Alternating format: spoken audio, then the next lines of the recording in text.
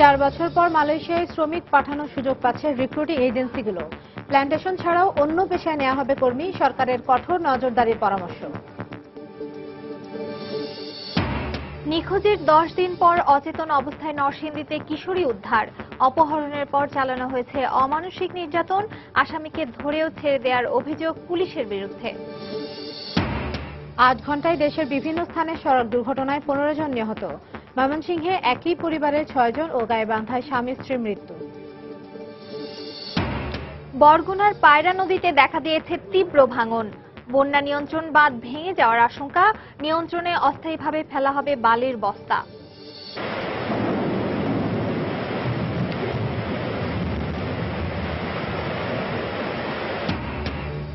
এবং আজ পহেলা আষাঢ়, বাংলা ঋতুচক্রে বর্ষার আগমনের দিন। সবুজ হয়ে ওঠা প্রকৃতিতে বর্ষা বিলাসে মেতে উঠেছেন নিসর্গপ্রেমীরা।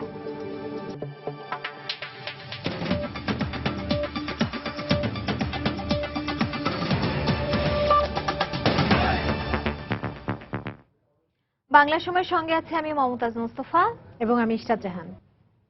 4 বছর পর মালয়েশিয়ায় শ্রমিক পাঠানোর সুযোগ পাচ্ছে রিক্রুটিং এজেন্সিগুলো। জনশক্তি রপ্তানিকারকদের সংগঠন বাইরা বলছে, এর মাধ্যমে নিশ্চিত হবে বছরে প্রায় 1.5 লাখ শ্রমিকের কর্মসংস্থান। তবে অভিবাসন খরচ নিয়ন্ত্রণে রাখতে ও দক্ষ শ্রমিক পাঠানো নিশ্চিত করতে সরকারকে কঠোর নজরদারির পরামর্শ রামরুর। সৌমিত্র শুভ্রর রিপোর্ট। অটোমোবাইলের কাজ শিখছে কেউ বা শিখছে মেশিনারিজের কাজ। বাংলাদেশ কোরিয়া টেকনিক্যাল ট্রেনিং সেন্টারের এই শিক্ষার্থীদের চোখে স্বপ্ন পূরণের হাতছানি। কোর্সটা শেষ হলেই পাড়ি জমাবেন ভিন দেশে। তাদের অর্জিত বৈদেশিক মুদ্রায় বদলে যাবে পরিবারের আর্থিক অবস্থা।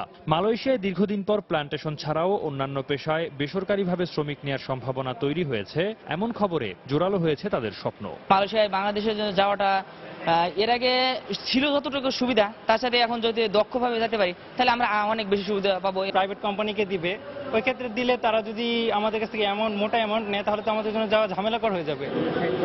2006 থেকে 2009 সালে মোট 5 লাখ বাংলাদেশি মালয়েশিয়ায় অভিবাসী হয়েছিলেন। বিভিন্ন গণমাধ্যমের তথ্য বলছে এর মধ্যে 3 লাখই গিয়েছিলেন অবৈধভাবে। এতে ওই বছরের পর বাংলাদেশ থেকে শ্রমিক নেয়াই বন্ধ করে দেয় দক্ষিণ পূর্ব এশিয়ার দেশটি। বিশ্লেষকরা বলছেন, মালয়েশিয়ায় সম্প্রতি বেসরকারিভাবে শ্রমিক পাঠানোর যে প্রক্রিয়া শুরু হয়েছে, সেখানে দক্ষ জনশক্তিকে অবশ্যই অন্তর্ভুক্ত করতে হবে, নইলে অদক্ষ জনশক্তিকে রপ্তানি করা হলে অন্যান্য বারের মতো মালয়েশিয়ায় এই শ্রমবাজারও বন্ধ হয়ে যেতে পারে বলে আশঙ্কা করছেন তারা।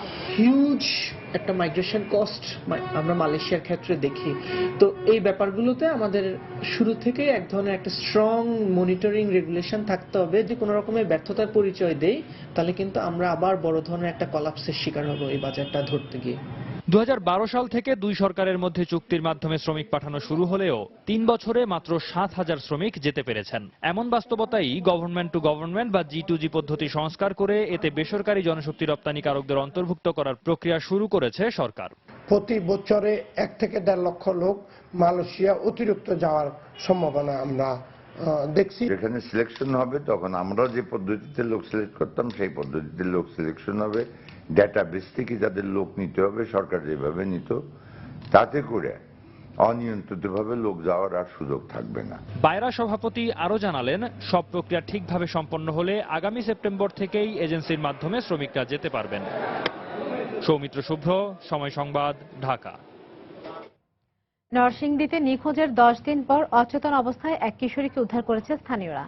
শনিবার রাতে শিবপুর উপজেলার আমতলা বাজারের পাশ থেকে উদ্ধারের পর চিকিৎসার জন্য ওই কিশোরীকে নরসিংদী জেলা হাসপাতালে ভর্তি করা হয়েছে। পরিবারের অভিযোগ, তাকে পাশবিক নির্যাতন করে হাত পা বেঁধে অচেতন অবস্থায় মহাসড়কের পাশে ফেলে দেওয়া হয়। নরসিংদী থেকে কাউসার আহমেদের ছবি ও আশিকুর রহমান পিয়ালা তথ্য নিয়ে ডেস্ক রিপোর্ট। 4 জুন মেজ বোনের বাড়ি থেকে বড় বোনের বাড়ি যাওয়ার পথে নিখোঁজ হয় 16 বছরের এই কিশোরী। এরপর টানা 10 দিন কোনো খোঁজ মেলেনি তার। নির্যাতিতার মায়ের অভিযোগ, সৈকত ও মেহেন্দি নামে 2 যুবকের নাম উল্লেখ করে নরসিংদী সদর থানায় অপহরণের অভিযোগ করা হয়। তবে পুলিশের SI জুয়েল সৈকতকে আটক করেও ছেড়ে দেয়। জুয়েল পুলিশ আমার জানা না হাত দিয়ে 2 টাইম না নিয়ে কলম দিয়া বলে, আপনি কি মহিলা শয়তান, এখানে আপনি কি 10 জন মানেন না, এই যে মেম্বারশিপ আছে এগুলি আপনি মানেন না, খারাপ শরীর তারা আপনি যাচ্ছেন না করে আপনি সই দেন হারা ওই ব্যবস্থা করবো না একটা এ কই আমি লাগি আমরা মাথা মশা লাগতো এটা কই আমার জন্ম আসতাম গায়ে আমার একটা সই লাগাইছে সই লাগাই সরকার ছাড়া বিচারা। নির্যাতিতা কিশোরী জানায় দাসপাড়া মহল্লার সৈকত মিয়া দীর্ঘদিন ধরে বিয়ের প্রস্তাব দেওয়া সহ উত্ত্যক্ত করে আসছিল। তার প্রস্তাবে রাজি না হওয়ায় সৈকত মিয়া মেহেদী সহ 5 জন তাকে অপহরণ করে শারীরিক নির্যাতন চালায়। শুধু আমি শুনতে পারছি মানে অন্য বাসার লোকরা বড় বড় বলতেছে বলে তখন আমার একটা ইনজেকশন মারছে, তারপর আমি আর কিছুই বলতে পারতাম না। ওদের কাছে পানি চাইলে ওরা গরম চা আমার মুখে ঢেলা দিত, তারপরে যদি আবার রিকোয়েস্ট করতাম তাহলে বরফের টুকরা মুখে দিয়ে মুখ বাইরে দিয়ে দিত। অনেক উঁচু থেকে আমার সিঁড়িতে হাসপায় নামাইতো, নামায় কখনো ট্রেনের রাস্তায় নিয়ে যাইতো, কখনো ব্রিজের উপর নিয়ে যাইতো, কখনো ছাদের উপর নিয়ে যাইতো। সৈকত বলে জোরে মারিস না, মেহেদি বলে জোরে মেরা ফেলা। আমি কোনো অন্যায় ওদের কাছে করছিলাম না, আমার জীবনটা শেষ করে দিতে। আমি অন্তপক্ষে মেহেদি সৈকতের বিচারটা করা পাবে চাই। চিকিৎসকরা জানান মেয়েটি মানসিকভাবে অনেকটা বিপর্যস্ত। সে এখনো পুরোপুরি খাবার খেতে পারছে না। আমরা তাকে লিকুইড জাতীয় খাবার দিয়ে তাকে কিছুটা স্টেবল এবং অন্যান্য স্যালাইন বা ফ্লুইড, অ্যান্টিবায়োটিক এবং ড্রেসিং যেটা করা দরকার সেগুলি দিয়ে মেন্টালি তাকে সাপোর্ট দেওয়ার চেষ্টা করছি। এদিকে চিকিৎসাধীন কিশোরীকে হেফাজতে নিয়েছে পুলিশ। আসামি ধরার ব্যাপারে এটা আমি অবগত নই, তবে যদি এরকম হয় থাকে ধরে ছেড়ে দেয় সেক্ষেত্রে এটা খতিয়ে দেখা হবে। যদি এরকম প্রমাণ হয় সেক্ষেত্রে তার বিরুদ্ধে ব্যবস্থা নেওয়া হবে। কিশোরীর মা রেহানা বেগম 9 জুন আদালতে 2 জনের নাম উল্লেখ করে একটি অপহরণ মামলা দায়ের করেন। সময় সংবাদ, নরসিংদী। এদিকে এই ঘটনায় দুপুরে মেয়েটিকে দেখতে গিয়েছিলেন নরসিংদীর পুলিশ সুপার। এ সময় তিনি জানান হত্যার উদ্দেশ্যেই অপহরণ করা হয়েছিল তাকে। এছাড়া দোষীদের খুঁজে বের করে দ্রুত শাস্তির আওতায় আনারও আশ্বাস দেন তিনি। পুলিশ তখনও একবার তদন্ত করছে, কিন্তু হয়তো এটা তাদেরকে ভুল বোঝানো হয়েছিল যে মেয়েটি নিখোঁজ হয় নাই। তো এখন মেয়েটিকে পাওয়া যাওয়ার পরে আমরা পুরো ঘটনাটা জানতে পারি। আসলে ইট ওয়াজ অ্যাটেম্প্ট টু মার্ডার, মানে হয়তো মেয়েটিকে মেরে ফেলার চেষ্টাই করা হয়েছিল, কিন্তু পুলিশ খোঁজাখুঁজি করার কারণে হয়তো তাকে মেরে ফেলা হয় নাই বা তারা সাকসেসফুল হয় নাই। তো আমরা কিছু নাম পেয়েছি, আমরা আসামিদেরকে অবশ্যই গ্রেপ্তার করব। বাংলাদেশ, ভারত, নেপাল ও ভুটানের মধ্যে যানবাহন চলাচলের রূপরেখা চুক্তি সই হয়েছে। সোমবার দুপুরে ভুটানের রাজধানী থিম্পুতে 4 দেশের পরিবহন মন্ত্রীরা এই চুক্তিতে সই করেন। বাংলাদেশের পক্ষে সড়ক পরিবহন ও সেতুমন্ত্রী ওবায়দুল কাদের চুক্তিতে সই করেন বলে জানিয়েছে সড়ক ও পরিবহন মন্ত্রণালয়। মন্ত্রণালয় আরও জানিয়েছে, রূপরেখা চুক্তির পর কিছু আনুষ্ঠানিকতা শেষে চলতি বছরের শেষের দিকে মূল চুক্তি সইয়ের সম্ভাবনা রয়েছে। চুক্তি অনুযায়ী যাত্রীবাহী বাস, পণ্যবাহী ট্রাক ও ব্যক্তিগত গাড়ি এই দেশগুলোর মধ্যে চলাচল করতে পারবে। এছাড়া চলতি বছরের অক্টোবর মাসে 4 দেশের মধ্যে মোটর শোভাযাত্রা হবে।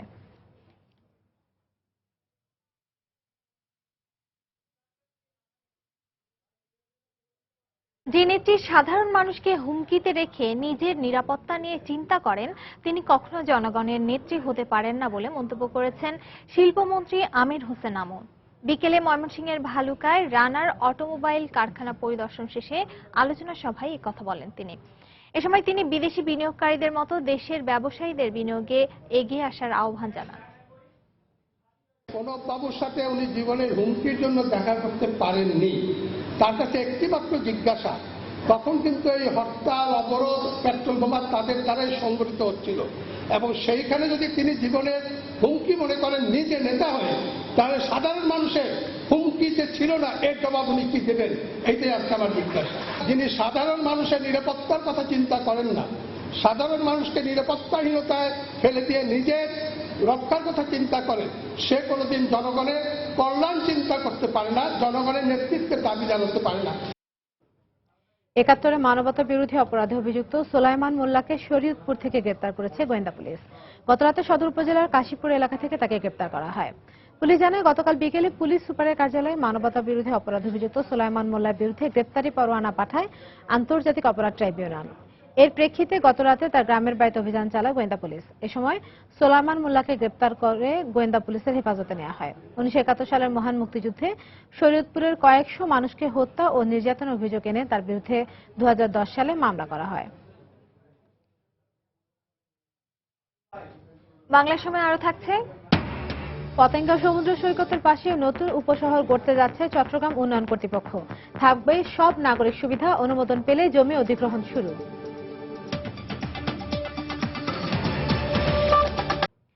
পহেলা আষাঢ় আজ, গান, কবিতা ও নৃত্যে বরণ করা হলো বর্ষাকে। আষাঢ়ের প্রথম দিন উপলক্ষে সবুজকে বাঁচানোর আহ্বান জানিয়ে আয়োজন করা হয় বর্ষাবরণ উৎসবের। সকালে বাংলা একাডেমির নজরুল মঞ্চে সাংস্কৃতিক সংগঠন উদীচী এই অনুষ্ঠানের আয়োজন করে। প্রকৃতি প্রেমিক বিভিন্ন শ্রেণী পেশার মানুষ অংশ নেন এই আয়োজনে। বর্ষার প্রকৃতির সাজে তরুণ তরুণীরা নিজেদের সাজিয়েছেন নীল ও লালের আবেশে পাঞ্জাবি ও শাড়িতে। এই আয়োজনে বর্ষা সবার জীবনে শান্তি, সমৃদ্ধি ও প্রবৃদ্ধি নিয়ে আসবে এই কামনা করেন সবাই।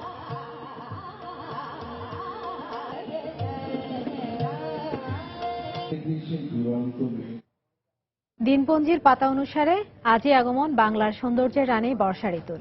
তবে নীল নবঘনে আষাঢ় গগনে মেঘ জমেছে আগেই। বৃষ্টিতে সবুজ হয়ে উঠেছে প্রকৃতি, আর প্রকৃতি প্রেমীরা উপভোগ করতে শুরু করেছেন বর্ষা বিলাস। পারমিতা হিমের রিপোর্ট।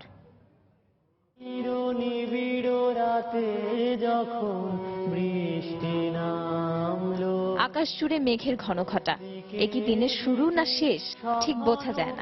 হঠাৎ গর্জন করে ওঠে মেঘরাজ। ঝুমঝুম শব্দে চারিদিকে অজস্র জলের কোলাহল। এ যে আষাঢ় শ্রাবণের মাস, এ যে বর্ষা। প্রকৃতির সাথে সাথে যেন ভিজে যায় মন, সিক্ত হয় হৃদয়। একটা সিক্ত আবহাওয়া, একটা হৃদয় খোলা ভাব আছে না। একদিকে যেমন বর্ষণ, তেমনি অন্যদিকে একটা সৃজনও তো এর মধ্যে বিযুক্ত হয়।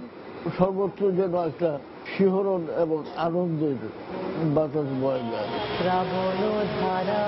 জানালার ওপাশের জলধারা মনে করিয়ে দেয় ফিরে আসা দিনের কথা। মনে পড়ে শৈশব, মনে পড়ে কৈশোর। বর্ষা যেন স্মৃতিমন্থনের মহাকাল। বৃষ্টিতে ভিজতেন সে সময়? কত ভিজেছি, বৃষ্টিতে ভিজে ভিজে কোথাও যাওয়ার একটা আনন্দ আছে। পুকুর ভরে উঠলে ওই মাছ লাফালাফি করতো এবং ওই ছোট মাছগুলি পুকুর থেকে বেরিয়ে যেত, আমরা একটা নালার মতো করে দিয়ে মাছ করতাম। বাংলা গানে, কবিতায়, সাহিত্যে বর্ষা আর বিরহ বেদনা যেন এক সুতোয় গাঁথা। কোন সুদূর অতীতে কালিদাস মেঘদূত লিখেছিলেন কেই বা জানে। সেই মহাকাব্যের প্রভাবে রবীন্দ্রনাথ নজরুল তো বটেই, বাংলার সব রথী মহারথী করেছেন বৃষ্টি বন্দনা। আজও অঝোর বর্ষণের দিনে মন যেন কেমন করে। প্রকৃতির এই যে অঝোর বর্ষণে এই যে শব্দ, হয়তো এগুলি তো আমাদের অনেকটা সাবকনশিয়াসে আছে। বর্ষার ফুল কদম ফুটে ঝরে গেছে আগেই। বৈশ্বিক উষ্ণতার সর্বগ্রাসী প্রভাবে কমে আসছে এই ঋতুর সময়কাল। বর্ষার শুরুতে কদম ফুটে না, আগেই ফুটে যায়। আবার শরৎকালেও ফুটে। এই যে অনিয়ম আমরা বলি যেটা, এটা হলো জলবায়ুর পরিবর্তনের সূচক। এই বর্ষা ভিজিয়ে দিক মানুষের মনকেও। প্রকৃতির সাথে সাথে উচ্ছ্বসিত উদ্বেলিত হোক মানুষের হৃদয়। মনে লাগুক সজীবতার ছোঁয়া। পারমিতাহীন, সময় সংবাদ, ঢাকা। দেশের বিভিন্ন জায়গায় সড়ক দুর্ঘটনায় 15 জন নিহত হয়েছেন। এসব ঘটনায় আহত হয়েছেন আরো অন্তত 6 জন। এর মধ্যে ময়মনসিংহে মারা গেছেন 7 জন। তাদের মধ্যে আবার 6 জন একই পরিবারের বলে জানা গেছে। জেলা প্রতিনিধিদের পাঠানো তথ্য ও ছবি নিয়ে ডেস্ক রিপোর্ট।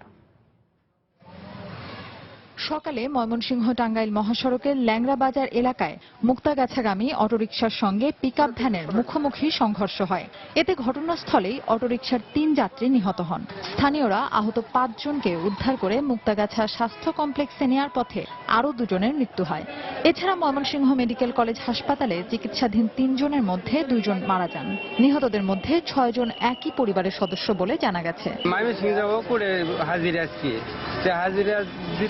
একটা গাড়ি এসে অতর্কিতভাবে ধাক্কা লাগে। মলম গাড়ির মাছ নিয়ে যেতে বেলা এই দিক থেকে মুক্ত যাইতেছে আর চেঞ্জ যাইতেছে কালীবাড়ির দিক থেকে। আইয়া ওই রং সাইডে যাই চেঞ্জ মেরে দিয়ে একবার চেঞ্জ মেঞ্জি ওই জায়গাতে 4 জন মারা গেছে। এদিকে ঢাকা সিলেট মহাসড়কের হবিগঞ্জের দেবপাড়া এলাকায় একটি ট্রাকের সঙ্গে বিপরীত দিক থেকে আসা প্রাইভেট কারের মুখোমুখি সংঘর্ষ হয়। এতে ঘটনাস্থলে 5 জন মারা যান। আহত হন আরও 2 জন। আহতদের মধ্যে একজনকে সিলেট ওসমানী মেডিকেল কলেজ হাসপাতালে ভর্তি করা হয়েছে। গাইবান্ধার নলডাঙ্গা বামনডাঙ্গা সড়কে ট্রাকের ধাক্কায় মোটরসাইকেলে থাকা স্বামী স্ত্রী নিহত হয়েছেন। এ ঘটনায় তাদের 1.5 বছরের ছেলে আহত হয়েছে। এছাড়া রাজবাড়ীতে সড়ক দুর্ঘটনায় 1 জন নিহত হয়েছেন। ফাহমিদা মৌটুসী, সময় সংবাদ। ব্রাহ্মণবাড়িয়ার বাঞ্ছারামপুর পৌরসভা নির্বাচনে ভোট গ্রহণ শেষে এখন চলছে গণনা। বেলা 4টায় ভোট গ্রহণ শেষ হয়। এদিকে ভোটকেন্দ্র দখলকে কেন্দ্র করে সকাল 10টার দিকে দুই মেয়র প্রার্থী সমর্থকদের মধ্যে সংঘর্ষ হয়। সদর উপজেলার SM পাইলট উচ্চ বিদ্যালয় ভোটকেন্দ্র দখল নিয়ে দুই মেয়র প্রার্থী খলিলুর রহমান মোল্লা ও তোফাজ্জল হোসেনের সমর্থকদের মধ্যে সংঘর্ষ বাধে। এ সময় আশপাশের বেশ কয়েকটি ব্যবসা প্রতিষ্ঠানে ভাঙচুর করা হয়। খবর পেয়ে ঘটনাস্থলে গিয়ে পরিস্থিতি নিয়ন্ত্রণে আনে পুলিশ। আহত হন বেশ কয়েকজন।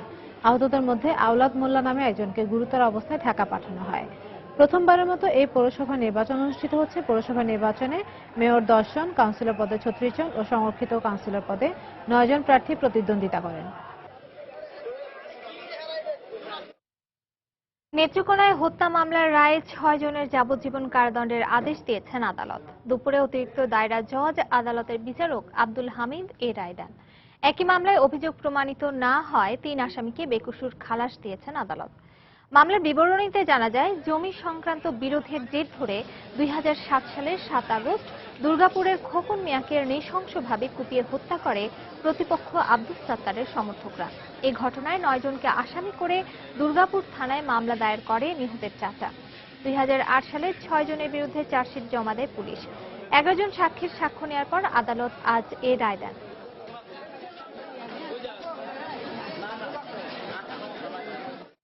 ব্লগার অনন্ত বিজয় দাস হত্যার ঘটনায় গ্রেপ্তার হওয়া ফটো সাংবাদিক ইদ্রিস আলীকে রিমান্ড শেষে কারাগারে পাঠিয়েছেন আদালত। দুপুরে সিলেট মেট্রোপলিটন আদালত 2 এর বিচারক ফারহানা ইয়াসমিন এই আদেশ দেন। এর আগে ইদ্রিসকে 7 দিনের রিমান্ডে নিয়েছিল সিআইডি। গত 12 মে সুবিদ বাজার এলাকায় খুন হন ব্লগার অনন্ত বিজয় দাস। এর পরদিন ঘটনাস্থল থেকে তোলা অনন্তের একটি ছবি দৈনিক সবুজ সিলেট পত্রিকায় প্রকাশিত হয়। এর সূত্র ধরেই গ্রেপ্তার করা হয় ইদ্রিস আলীকে। সিলেটে জেএমবির গ্রেনেড হামলা মামলার বিচার কাজের প্রথম দিনে 3 প্রত্যক্ষদর্শীর সাক্ষ্য গ্রহণ শেষ হয়েছে। আগামী 17 জুন পরবর্তী সাক্ষ্য গ্রহণের দিন ধার্য করেছেন আদালত। দুপুরে অতিরিক্ত মহানগর দায়রা জজ আদালতে এই মামলার প্রথম দিনের কার্যক্রম শুরু হয়। প্রথম দিনে 3 প্রত্যক্ষদর্শীর সাক্ষ্য গ্রহণের মাধ্যমে শুরু হয় এই বিচার কাজ। এ সময় আদালতে 3 জঙ্গি সদস্য উপস্থিত ছিলেন। 2005 সালের 7 আগস্ট নগরের গুলশান হোটেলে আওয়ামী লীগের এক সভা শেষে নেতারা বের হয়ে যাবার সময় জঙ্গিরা গ্রেনেড হামলা চালায়। এতে মহানগর আওয়ামী লীগের প্রচার সম্পাদক ইব্রাহিম আলী নিহত ও মহানগর আওয়ামী লীগের সাধারণ সম্পাদক সহ 25 জন আহত হন। এই মামলায় 8 আসামির মধ্যে বর্তমানে 6 জন কারাগারে ও 2 জন পলাতক রয়েছেন।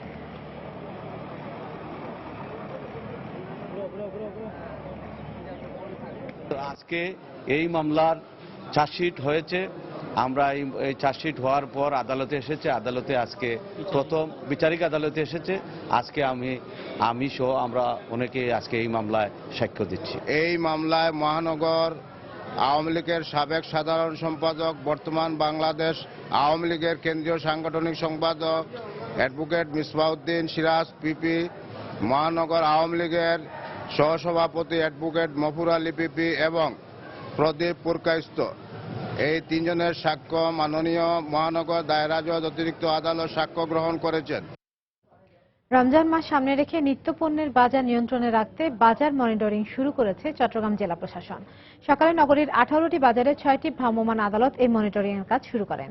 জেলা প্রশাসনের নির্বাহী ম্যাজিস্ট্রেট জানান, ভ্রাম্যমাণ আদালতের প্রতিটি টিম 3টি করে বাজার মনিটরিং করছে। প্রথম পর্যায়ে দোকানীদের কোনো ধরনের জরিমানা না করে শুধু সতর্ক করে দেয়া হচ্ছে। বিশেষ করে দোকানে মূল্য তালিকা টানানো, মাপে কম না দেয়া এবং পাইকারি ও খুচরা দামের মধ্যে ব্যাপক পার্থক্য যেন না থাকে, এই বিষয়গুলোর উপর জোর দেওয়া হচ্ছে। আজ থেকে শুরু হওয়া এই মনিটরিং রমজানের মধ্যে অব্যাহত থাকবে বলে জানিয়েছেন নির্বাহী ম্যাজিস্ট্রেট। আরদের থেকে যে টালিটা দিচ্ছেন আমরা আরদের থেকে টালি পালে না, আমরা এখানে টাঙ্গা দিতাম। আরদের থেকে টালি নিতাম বলছে, যদি টালি না দেয় ম্যাজিস্ট্রেট সাহেবের ফোন করতাম বলছে আমাদের। দাম বাড়তে বেশি পারবো না, কমে বেশি পারবো না, কারণ রোজার মাসে পাল্লার মাপ ঠিক করে রাখার জন্য বলতেছে। সতর্কতামূলক সবাইকে বলে দেওয়া হচ্ছে যে রমজান উপলক্ষে আমরা প্রতিদিন আসব। আমরা মূল্য তালিকা টানাতে বলছি। আমরা বলছি ক্রয় মূল্য এবং বিক্রয় মূল্য পাশাপাশি লিখে রাখতে, আর ক্রয় মূল্যের প্রমাণ হিসাবে যেন চালানগুলো সাথে রাখে। পতেঙ্গা সমুদ্র সৈকতের পাশে আউটার রিং রোড ঘেঁষে নান্দনিক আবাসিক এলাকা সহ নতুন উপশহর গড়তে যাচ্ছে চট্টগ্রাম উন্নয়ন কর্তৃপক্ষ সিডিএ। 700 একর জায়গায় গড়ে তোলা হবে সব নাগরিক সুবিধা সম্মিলিত পরিবেশ বান্ধব আবাসিক প্রকল্প।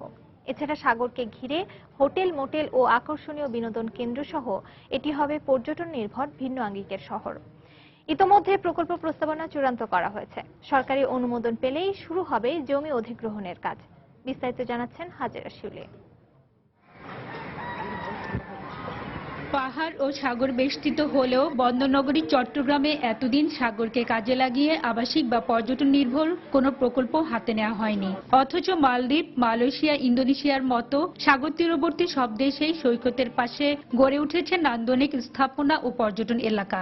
অবশেষে পতেঙ্গা সমুদ্র সৈকত থেকে ফৌজদারহাট পর্যন্ত নির্মিতব্য আউটার রিং রোড ও বেড়ি বাঁধের পাশের খালি জায়গায় পর্যটন নির্ভর নতুন শহর নির্মাণে এগিয়ে এসেছে গৃহায়ন ও গণপূর্ত মন্ত্রণালয়। জায়গার ফান্ড এবং আমাদের ফান্ড মিলে আবার 1700 কোটি টাকা দিয়ে এইটা দিয়ে যেটা হচ্ছে, এটা আমরা সাগরের যে ওয়াটার রিং রোড যেটা হচ্ছে তার পাশে যে জায়গাগুলি আছে এগুলি অধিগ্রহণ করে আমরা প্রায় 700 একর জমি আমরা অধিগ্রহণ করে নতুন শহর আমরা গড়ে তুলব। মন্ত্রীর নির্দেশনা অনুসারে ইতিমধ্যে প্রকল্প প্রস্তাবনা চূড়ান্ত করেছে সিডিএ। কর্মকর্তারা জানান 2500 প্লট সহ পরিবেশ বান্ধব এই শহরটি হবে স্বয়ংসম্পূর্ণ। আমরা আশা করছি ভবিষ্যতে চট্টগ্রামের জন্য একেবারেই একটা ভিন্ন আঙ্গিকের, ভিন্ন ধরনের একটা পর্যটন নির্ভর একটা শহর। এছাড়া দ্বিতীয় পর্যায়ে আউটার রিং রোডের পাশে সৈকতের অগভীর এলাকা থেকে জমি উদ্ধার করে আধুনিক পর্যটন জোন করার পরিকল্পনা রয়েছে সিডিএর। এতে বৈদেশিক মুদ্রা আয়ের সুযোগও বাড়বে। পর্যটন নির্ভর সব স্থাপনা সেট করে এখানে আমরা ল্যান্ড রিক্লেমেশন একটা প্রজেক্ট আমরা নিতে পারি ভবিষ্যতে, এটা সেকেন্ড ফেজ হিসেবে। স্পেশাল পর্যটন এলাকার মতো যদি একটা দ্বীপ তৈরি করা যায় যেখানে শুধুমাত্র পর্যটন রিলেটেড কর্মকাণ্ডগুলি চলবে এবং সেটা বিদেশিদের জন্য উন্মুক্ত করে দেওয়া যাবে, সেই যদি ওটা আমরা করতে পারি তাহলে চট্টগ্রাম অঞ্চলে প্রচুর ফরেন কারেন্সি বা রেভিনিউ ইনকাম হবে। প্রকল্পটি বাস্তবায়নে প্রাথমিকভাবে ব্যয় ধরা হয়েছে 870 কোটি টাকা। হাজেরা শিউলি, সময় সংবাদ, চট্টগ্রাম। দেশের বিভিন্ন এলাকায় কমতে শুরু করেছে বন্যার পানি, তবে এখনো পানিবন্দী অবস্থায় দিন কাটাচ্ছেন লাখ লাখ মানুষ। কুড়িগ্রামে বন্যা পরিস্থিতির কিছুটা উন্নতি হলেও শতাধিক গ্রামের অর্ধলক্ষাধিক মানুষের ঘরবাড়ি পানির নিচে তলিয়ে আছে। পানি উন্নয়ন বোর্ডের তথ্য অনুযায়ী ব্রহ্মপুত্র নদের চিলমারি ও নুনখাওয়া পয়েন্ট এবং ধরলার ফেরিঘাট পয়েন্টে পানি কমতে শুরু করেছে।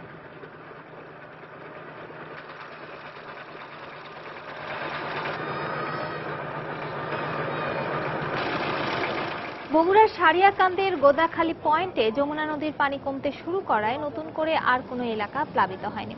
এছাড়া জেলা প্রশাসনের পক্ষ থেকে আশ্রয়হীনদের জন্য 15 মেট্রিক টন চাল বরাদ্দ দেওয়া হয়েছে।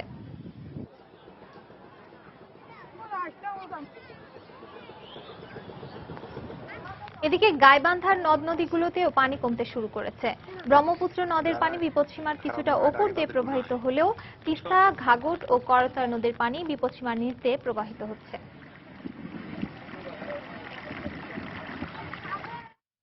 হঠাৎ করে বরগুনার পায়রা নদীতে দেখা দিয়েছে তীব্র ভাঙন। নদীগর্ভে বিলীন হতে বসেছে তালতলী উপজেলার বগিবাজার।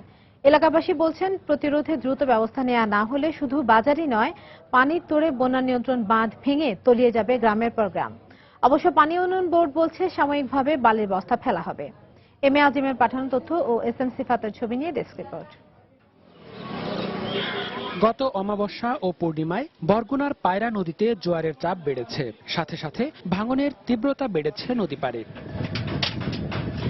গত 2 থেকে 3 দিনে নদীগর্ভে বিলীন হয়ে গেছে বগি গ্রামের বেশ কিছু এলাকা। ভাঙতে শুরু করেছে বন্যা নিয়ন্ত্রণ বাঁধও। এতে বাঁধকে কেন্দ্র করে গড়ে ওঠা বগি বাজারও হুমকির মুখে পড়েছে। ভাঙন তীর থেকে দোকান ভেঙে সরিয়ে নিচ্ছেন অনেকেই। এলাকাবাসীর আশঙ্কা, প্রতিরোধে দ্রুত ব্যবস্থা নেওয়া না হলে বন্যা নিয়ন্ত্রণ বাঁধ ভেঙে পানি ঢুকে প্লাবিত হবে গ্রামের পর গ্রাম। ভাঙতে ভাঙতে রাস্তা থাকছে, এখন তো যাওয়ার জায়গা নাই। না যাওয়ার ঘর দুয়ার সরাইতে ইতিমধ্যে গেছি, এখন কি করে ব্যবস্থা, কোনো ব্যবস্থাই পাইতেছি না। ব্যবস্থা মনে করেন করতে করতে করতে যখন কোনো ব্যবস্থার কোনো পাই না। তো এই 2 দিন আগে এখান থেকে 20-30 হাত নদী ভেঙে গেছে, আর যদি 4-5 জায়গা যায় তো আমাদের বাজার ধ্বংস হয়ে যাবে। এদিকে জরুরি ভিত্তিতে বালুর বস্তা ফেলার পাশাপাশি স্থায়ীভাবে ভাঙন প্রতিরোধে প্রকল্প হাতে নেওয়া হয়েছে বলে দাবি পানি উন্নয়ন বোর্ডের। এখানে যে গর্তগুলো তৈরি হয়েছে, গর্তগুলোতে আমরা স্যান্ডফিলিং ব্যাগ ফেলবো, ফেলে এটা ভর্তি করে দেবো। এছাড়াও এখানে স্থায়ী কাজ হিসাবে আমাদের নদীটি সংরক্ষণ কাজ বাস্তবায়ন করা হবে। তার জন্য সিসি ব্লক বানানো হয়ে গেছে, এখনো হচ্ছে। আগামী শুকনো মৌসুমে এখানে নদীর তীর সংরক্ষণ কাজ বাস্তবায়ন হবে। জরুরি ব্যবস্থা হিসেবে 12 লক্ষ টাকার বালুর বস্তা ফেলা হচ্ছে, আর স্থায়ীভাবে ভাঙন প্রতিরোধে নেওয়া প্রকল্পে ব্যয় ধরা হয়েছে 25 কোটি টাকা। সময় সংবাদ, বরগুনা। বাগেরহাটের সুন্দরবনের শরণখোলা রেঞ্জ এলাকায় গুলিতে জামাল নামে এক ব্যক্তি নিহত হয়েছে। র্যাবের দাবি বন্দুকযুদ্ধে তার মৃত্যু হয়। নিহত জামাল বনদস্যু জামাল বাহিনীর প্রধান বলে জানিয়েছে র্যাব। সকালে কাতলার খাল এলাকায় এই ঘটনা ঘটে। র্যাব 8-এর উপ অধিনায়ক মেজর আদনান কবির বলেন, ভোরে র্যাব 8-এর সদস্যরা টহলে কাতলার খাল এলাকায় যায়। এ সময় র্যাবের উপস্থিতি টের পেয়ে বনদস্যুরা তাদের লক্ষ্য করে গুলি ছোড়ে। এ সময় আত্মরক্ষার্থে র্যাবও পাল্টা গুলি ছোড়ে। এক পর্যায়ে বনদস্যুরা পিছু হটে গেলে সেখানে তল্লাশি চালিয়ে একজনের মৃতদেহ উদ্ধার করা হয়। এছাড়া ঘটনাস্থল থেকে বেশ কয়েকটি দেশি বিদেশি অস্ত্র ও গোলাবারুদ উদ্ধার করে র্যাব।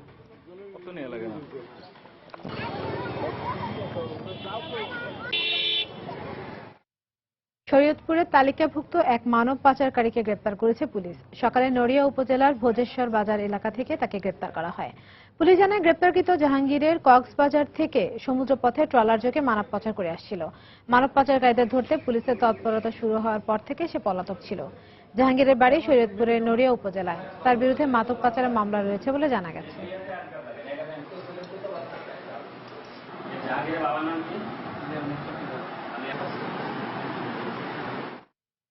দেশের সমুদ্র সম্পদ সংরক্ষণ ও শত্রুর আক্রমণ থেকে দেশকে রক্ষা করতে 2016 সালের মধ্যে নৌবাহিনীতে 2টি সাবমেরিন সংযোজিত হবে বলে জানিয়েছেন নৌবাহিনী প্রধান vice admiral M Farid Habib. সকালে চট্টগ্রামের পতেঙ্গায় নেভাল একাডেমিতে নৌবাহিনীর direct entry officer 2015 A batch এবং মিডশিপম্যান 2013 বি ব্যাচের গ্রীষ্মকালীন কুচকাওয়াজ অনুষ্ঠানে তিনি কথা বলেন। এর আগে প্রধান অতিথি হিসেবে উপস্থিত থেকে নৌবাহিনী প্রধান কুচকাওয়াজ পরিদর্শন ও সালাম গ্রহণ করেন। কমিশন লাভ করা 7 জন নবীন কর্মকর্তাকে চৌকস নেতৃত্বের মাধ্যমে দেশের জলসীমার সার্বভৌমত্ব রক্ষার আহ্বান জানান তিনি।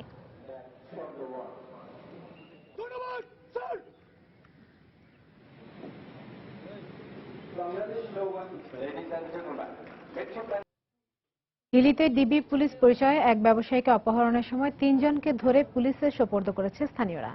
পুলিশ জানায়, সকালে হিলি মহিলা কলেজ এলাকায় 3 জনের একটি দল ডিবি পুলিশ পরিচয় দিয়ে এক ব্যবসায়ীর মোটরসাইকেল থামায়। পরে ওই ব্যবসায়ীকে গাড়িতে তোলার চেষ্টা করে তারা। এ সময় স্থানীয়রা তাদের পরিচয় জানতে চাইলে তারা পালিয়ে যাওয়ার চেষ্টা করে।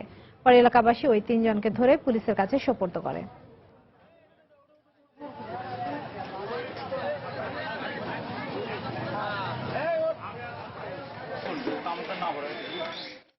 দেশের বিভিন্ন স্থানে চাকরি স্থায়ীকরণ ও বকেয়া বেতন পরিশোধ সহ বিভিন্ন দাবিতে মানববন্ধন করেছে জেলা রেজিস্ট্রার অফিসের কর্মকর্তা কর্মচারীরা। চাকরি স্থায়ীকরণের এক দফা দাবিতে মানববন্ধন, বিক্ষোভ ও সংক্ষিপ্ত সমাবেশ করেছে নোয়াখালীর এক্সট্রা নকল নবিশ অ্যাসোসিয়েশন। সমাবেশ থেকে সকল দাবি দেওয়া মেনে নেওয়ার জোর দাবি জানায় অ্যাসোসিয়েশন সভাপতি। অন্যথায় কর্মবিরতি সহ কঠোর কর্মসূচি দেওয়া হবে বলে হুঁশিয়ারি দেন উপস্থিত বক্তারা।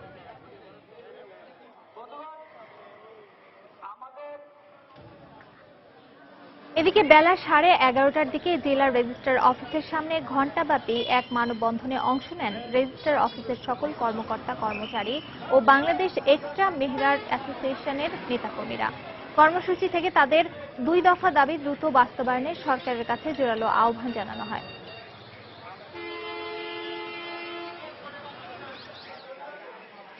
বাগেরহাটে বাংলাদেশ এক্সট্রা মেহরার অ্যাসোসিয়েশন জেলা শাখার আয়োজনে ঘণ্টাব্যাপী এক মানববন্ধন অনুষ্ঠিত হয়েছে। এ সময় বিভিন্ন অনিয়ম বন্ধ ও ঈদের আগে বকেয়া বেতন পরিশোধ সহ বিভিন্ন দাবি জানানো হয়। এতে অ্যাসোসিয়েশনের সকল পর্যায়ের নেতাকর্মী সহ জেলার এক্সট্রা মেহরারগণ উপস্থিত ছিলেন। রাজশাহী বিশ্ববিদ্যালয়ের কেন্দ্রীয় সাংস্কৃতিক জোটের সাবেক সভাপতিকে মারধর করায় প্রতিবাদ সমাবেশ করেছে সংগঠনটির নেতাকর্মীরা। সকালে উপাচার্যের বাসভবনের সামনে এই কর্মসূচির আয়োজন করা হয়। এ সময় ঘটনার সঙ্গে জড়িতদের দৃষ্টান্তমূলক শাস্তির দাবি করেন তারা। গত মঙ্গলবার কথা কাটাকাটির জের ধরে বিশ্ববিদ্যালয় ক্যাম্পাসে সাংস্কৃতিক জোটের সাবেক সভাপতি বাসুদেব রায়কে মারধর করা হয়। এরপর থেকে এই ঘটনার প্রতিবাদে ক্যাম্পাসের র্যালি, অবস্থান কর্মসূচি, গণস্বাক্ষর সহ বিভিন্ন কর্মসূচি চালিয়ে আসছে সংগঠনটির নেতাকর্মীরা। সিলেটের নারী লাঞ্ছনার প্রতিবাদে সমাজতান্ত্রিক ছাত্র ফ্রন্ট ও বাংলাদেশ নারী মুক্তি কেন্দ্রের আয়োজনে সমাবেশ অনুষ্ঠিত হয়েছে। দুপুরে সিলেট জেলা প্রশাসকের কার্যালয়ের সামনে এই সমাবেশ অনুষ্ঠিত হয়। সমাবেশে নানা শ্রেণী পেশার মানুষ অংশ নেন। এ সময় বক্তারা অভিযোগ করেন, দেশের একের পর এক নারী লাঞ্ছনার ঘটনা ঘটলেও সরকার কোনো ব্যবস্থা নিচ্ছে না। অবিলম্বে এসব ঘটনার সুষ্ঠু তদন্তের মাধ্যমে দোষীদের শাস্তির আওতায় আনার দাবি জানানো হয়।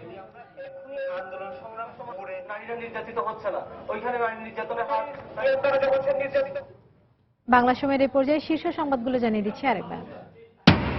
4 বছর পর মালয়েশিয়ার শ্রমিক পাঠানোর সুযোগ পাচ্ছে রিক্রুটিং এজেন্সিগুলো। প্ল্যান্টেশন ছাড়াও অন্য পেশায় নেওয়া হবে কর্মী, সরকারের কঠোর নজরদারির পরামর্শ।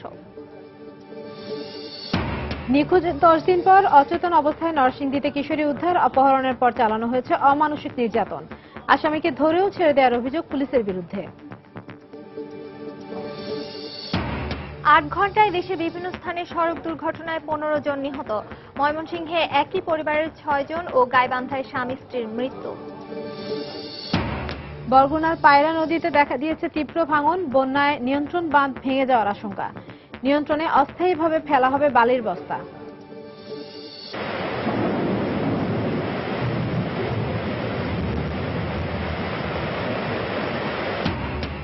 এবং আজ পহেলা আষাঢ়, বাংলা ঋতুচক্রে বর্ষার আগমনের দিন। সবুজ হয়ে ওঠা প্রকৃতিতে বর্ষা বিলাসে মেতে উঠেছেন নিসর্গপ্রেমীরা। দর্শক, এই ছিল বাংলা সময়। যে কোনো খবর পেতে ভিজিট করুন সময়নিউজ.tv। এছাড়া এইমাত্র পাওয়া খবর আপনার মোবাইলে পেতে SMS করুন, *DND কে পাঠিয়ে দিন 16242 নম্বরে। এছাড়া সঙ্গে থাকুন সময়।